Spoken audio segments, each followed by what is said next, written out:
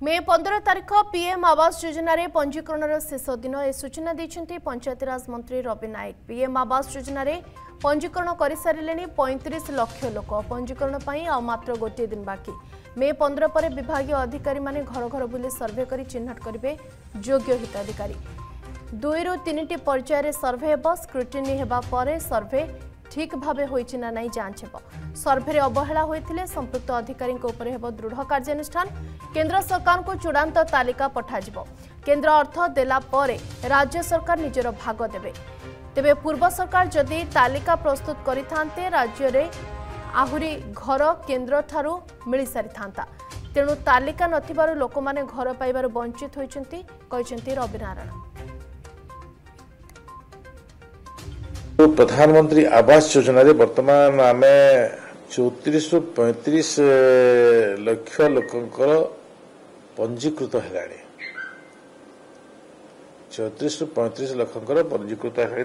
आधार card और जो आम क्राइटेरिया अच्छी प्रत्येक विषय को आम जो मागिलु सेटा भी आमर पंजीकृत होइछि। मे 15 तारिख शेष दिन होछि। मे 15 तारिख भितर संपूर्ण पंजीकरण करिवे बोलिका मो अनुरोध करुछि। आम पाखरे आउरी मात्र गोटे दिन अच्छी।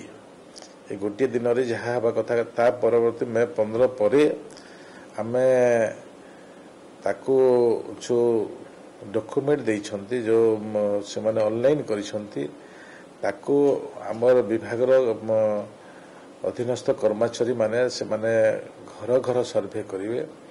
प्रकृति जेन्युइन किए अच्छी योग्य किए अच्छी माने आम ए 1,20,000 घर आम केन्द्र पाइक आम कम करुछु।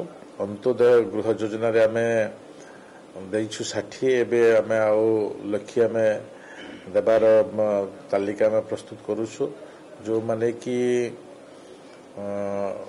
विभिन्न क्राइटेरिया अच्छी विधवा अच्छा बड़ बड़ जो माने रोग व्याधि अच्छी कैंसर किडनी लेप्रोसी ए प्रकार अच्छा पद्मश्री पाइथिबा व्यक्ति जो माने देश पे संग्राम रे तांकर जीवन दान देइथिबा से प्रकार परिवार को भी आमे अंत्योदय गृह योजना रे शामिल करबो। ता संगे संगे भी जो माने 12,000 22,000 टंका धरिका 40,000 टंका पर्यंत से माने घर पाइते भांगी जाइछि ताहले ताको भी आमे देबा पाई निर्णय नैछु।